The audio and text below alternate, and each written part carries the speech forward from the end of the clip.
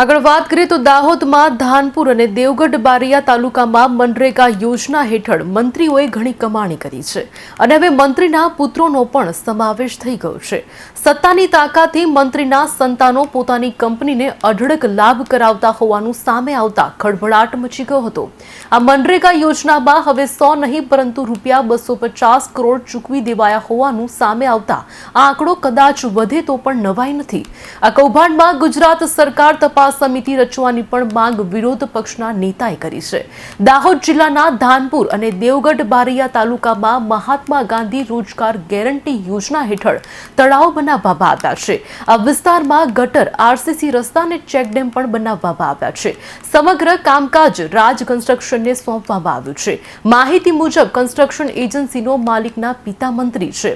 વર્ષ 2020 થી 2024-25 દરમિયાન એજન્સીના માલિકના ખાતામાં 211 કરોડ રૂપિયા ચૂકવાયા છે। 20 કરોડ ચૂકવવાના બાકી છે, જ્યારે 42 કરોડ રૂપિયા રાજ ટ્રેડર્સના ખાતામાં જમા કરાવ્યા હોવાની માહિતી પ્રાપ્ત થઈ છે। કરોડો રૂપિયા ટ્રાન્સફર કરવા મામલે વિધાનસભામાં વિરોધ પક્ષના નેતા અમિત ચાવડાએ મુખ્યમંત્રીને પત્ર લખીને આ સમગ્ર કૌભાંડની તપાસ સમિતિની રચના કરવાની માંગ કરી હતી।